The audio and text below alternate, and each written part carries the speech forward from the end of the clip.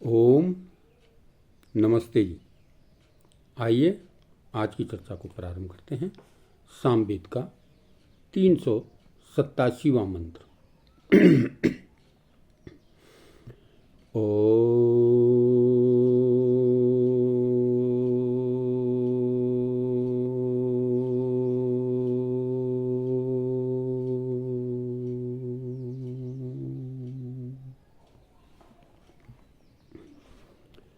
एतोन्विन्द्रं स्तावं सखाय स्तोम्यं नरं कृष्टीर्यो विश्वा अभ्यस्तेक इत।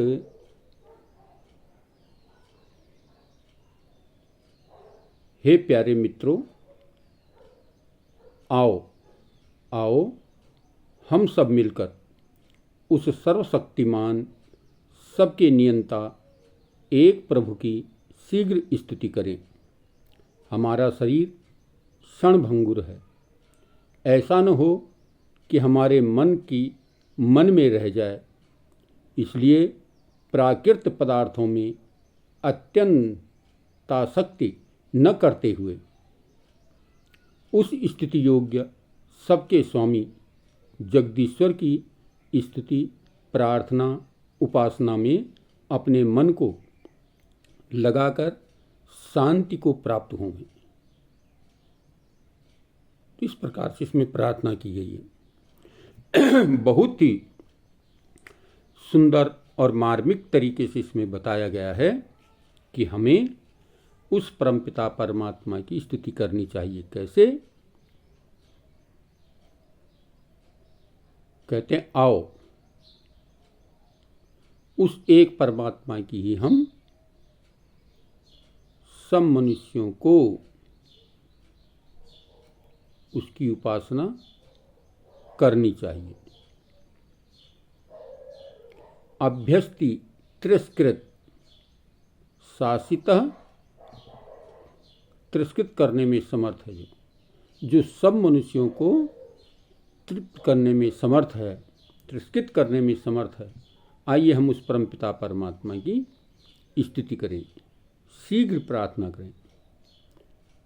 कहा ऐसा न हो कि समय निकल जाए और ये शरीर तो क्षणभंगुर है, न जाने कब छूट जाए, किस समय इस शरीर को त्याग देना पड़े। तो इसलिए ऐसा न हो कि हमारे मन में ही रह जाए और हम उस परमपिता परमात्मा की स्तुति प्रार्थना करने से वंचित रह जाएं। तो बड़ी सुंदर बात कही है कि सांसारिक पदार्थों में आसक्ति न रखते हुए उनका उपभोग करो, लेकिन उनमें आसक्त मत हो जाओ। उनमें आसक्त न होते हुए के बल्कि परमपिता परमात्मा में अपनी आसक्ति को बढ़ाएं, अपनी आसक्ति को जगाएं।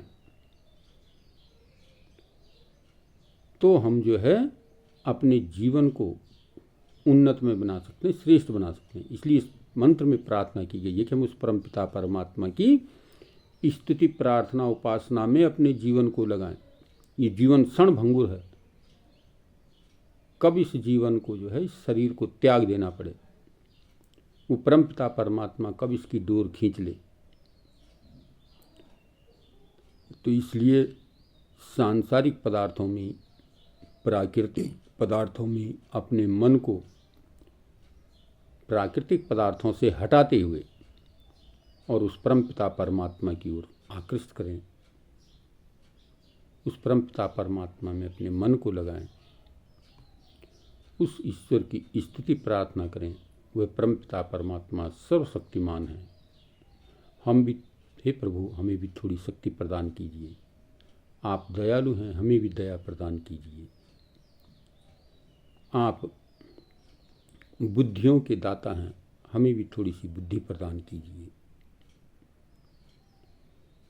आप न्यायकारी हैं, हमें भी न्याय की ओर अग्रसर कीजिए।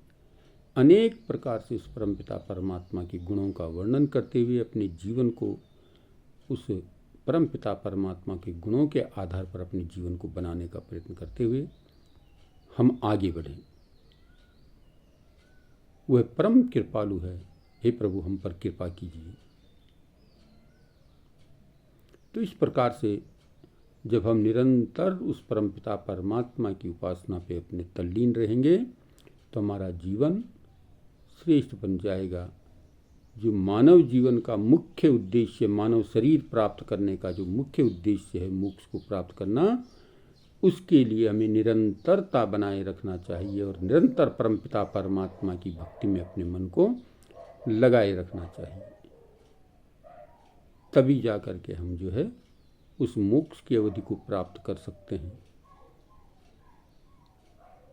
तो इसलिए ये निवेदन किया गया इस मंत्र में, ये निर्देश किया गया इस मंत्र में कि हे मित्रों, प्रार्थना की गई अपने सभी इष्ट मित्रों से कि हे मित्रों, हे मेरे प्यारे मित्रों, आओ आओ हम सब मिलकर के उस सर्वशक्तिमान सबके नियंता एक प्रभु की ही शीघ्र स्तुति करें। निरंतर शीघ्र अतिशीघ्र उस परमपिता परमात्मा की स्तुति करें। कहा ना कि शरीर तो जो है क्षणभंगुर है, अब है अभी नहीं। तो इसलिए निरंतर हमें उस परमपिता परमात्मा के ध्यान में ही इस मन को लगाए रखना चाहिए, अन्यथा मन की बात मन में ही रह जाएगी और जो हमें कार्य करना था वो नहीं कर पाएंगे। और फिर हम जो है इस अनेक प्रकार के शरीरों को धारण करते हुए इस सांसारिक बंधनों में ही बंधे रह जाएंगे। इन बंधनों से मुक्त होना है तो हमें उस परमपिता परमात्मा की स्तुति प्रार्थना करनी है। तो ये मंत्र में प्रेरित कर रहा है कि शरीर क्षणभंगुर है,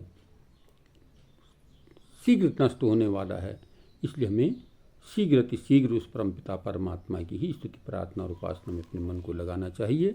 तो आइए इस मंत्र के माध्यम से हम अपने जीवन को उन्नत में बनाने के लिए उस परमपिता परमात्मा की भक्ति में इस शरीर को, इस मन को लगाएं, तो जीवन सफल और श्रेष्ठ हो जाएगा। आइए आज की चर्चा को यहीं पर विराम करते हैं। ओम शांति।